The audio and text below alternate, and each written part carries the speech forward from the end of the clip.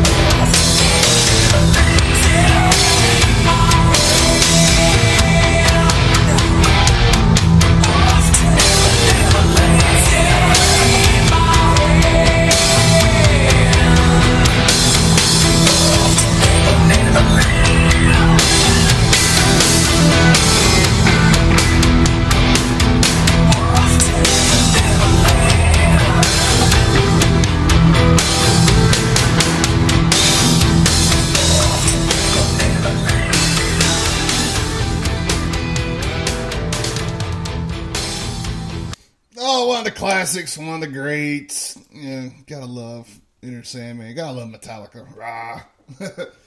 Well, damn, Big Keith from First Responder Radio will be down here this afternoon. We got my little ones coming down this afternoon, which is badass. You know, we're all going to go out to K's Kick Cancer tomorrow. Then Jade and Mr. Jade will be meeting up with us tomorrow afternoon. So you'll have a little bit of DGN network together, which is awesome. It's very, very awesome. So, you know, we'll definitely take some crazy, wacky ass pics for y'all, man. So y'all don't want to miss out on the fun, man. Y'all come on out for real. I mean, you know, it's sad to say that, yes, you know, sometimes this country ends up getting together because of bad things in our life, you know, wherever it's a disease or something catastrophic happens. But that just shows that, you know, the friendship, the love, and the bond between us Americans, and, you know, that we truly care about somebody is when, you know, we all come together as family and friends and try to support one another. You know, that's, especially in a time of need, you know, that's just, it's something that's desperately needed. And, you know, we should be doing stuff like this without something catastrophic happening. You know what I mean? We should have a lot more cookouts. We should have a lot more get-togethers and stuff like this for good reasons. Like October 6th at Dolly's, Operation I Got Your 6-2 will be coming out our flyer around the 1st of February. We got 2 charities that we're going to be donating all proceeds to. I can say one of them is going to be the Lone Survivor Foundation. Love the work that they do, the programs and stuff that they have for our military veterans, you know, to help them out with PTS and multiple other things. So y'all check out Lone Survivor Foundation. Y'all go to their website and check them out and look at some of the programs and stuff they have, which is badass. And yeah, man, I'm telling you, dude, I got 1-2 more nights left, and my ass is home for good. We are taking it back to the house. Gonna go stay with my brother Shane for a couple weeks while my apartment's getting ready, and we're going back to Belmont. Moving right across the street from my son's high school, matter of fact. So, yeah, man, can't freaking wait, dude. Can't freaking wait. Yo, Rod, I don't know where you ate breakfast at, but, you know, sometimes the best takeout food or something like that, you want something fast or something like that, is those little hole-in-the-wall restaurants, man. Like, we got a couple of gas stations that's got a couple grills in there. It's just, it's freaking amazing food. Went to Charlotte yesterday for a little bit and had to stop in at the Exxon right there in McCannville and go grab some hot dogs and a chili cheeseburger. Oh, it's freaking amazing. Tell you, man, ain't nothing like country cooking. I'm telling you. Cast iron skillet, pan of cornbread, some beans, some greens. Oh man, I'm telling you. And I can't drink buttermilk like my great grandparents used to, but you know, I used to watch them. They said it was like candy. I tried it. I'm not a fan of it, but they sit there, you know, mix up cornbread, milk, kind of like I do with cake and milk. But I don't know, just something off the top of our head. I don't know what we're sitting there talking about. All right, so let's get into a little bit of funny. Everybody knows who George Carlin is. You know, it might be a little controversial on this clip right here, but it's George Carlin. Oh, some people don't like you to talk like that. Oh, some people would like to shut you up for saying those things. You know that. Lots of people, lots of groups in this country want to tell you how to talk, tell you what you can't talk about. Well, sometimes they'll say, well, you can talk about something, but you can't joke about it. Say you can't joke about something because it's not funny. Comedians run into that shit all the time. Like rape. They'll say, you can't joke about rape. Rape's not funny. I say, fuck you. I think it's hilarious. How do you like that? I can prove to you that rape is funny. Picture Porky Pig raping Elmer Fudd. See, hey, why do you think they call him Porky, huh? I know what you're going to say. Elmer was asking for it. Elmer was coming on to Porky. Porky couldn't help himself. He got a hard on. He got horny. He lost control. He went out of his mind. He's just trying to make something funny, trying to turn a fucked up situation into a good situation. Just saying. The Husky selection. I have not heard this one yet. This ought to be pretty epic. Everybody loves Christopher Titus. And I'm walking around this water park, and you know what? There's no normal kids. Ribs are out of style, man. There's all these big monster, just juvenile manatee things just walking around. Everybody's got a donut or a chip in their bathing suits, man. You know, there was pedophiles in the parking lot just throwing up. They're like, I'm done. I'm done, man. I'm going to sell the balloon animal business. I'm done with this.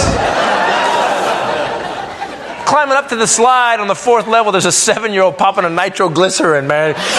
This tube is heavy.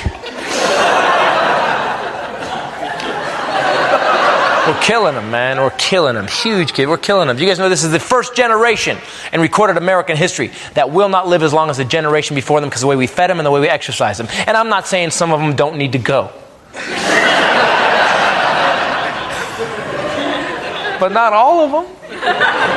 My God, man, they're monstrous, man. They're huge. I can't even fathom how big these kids are sometimes. It's time to knock the donuts and cookies out of their hands, instead of driving their ass to school, tether them to the bumper and make them chase you.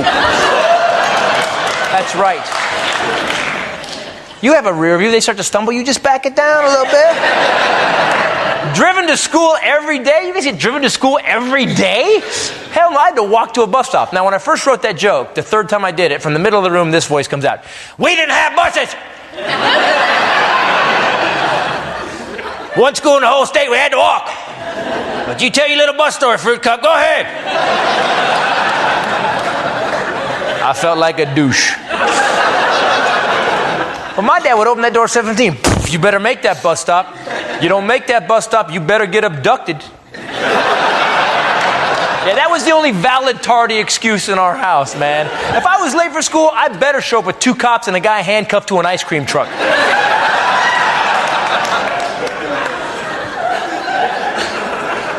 They're so huge, and I'm not just saying this for their health, but as a parent, you can now get put in jail if your kid gets too fat.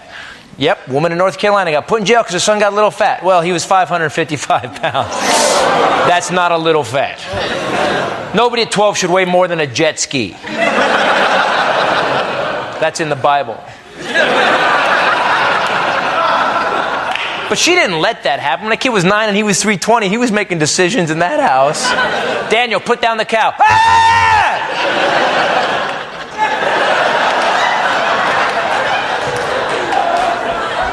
Do we love our kids that much? I don't love my kids that much. Let them kill themselves, man. And this woman knew something was wrong with her kid when he was 4. He didn't have 2 Domino's pizzas and go 555. Did she just love him that much? Oh my God, look at my little boy out there on the big wheel. Yeah, that's mine with the man boobs. Look at him.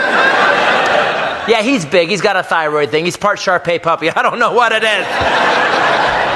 He's all wrinkly now. He lost his butt crack like a year ago, I guess.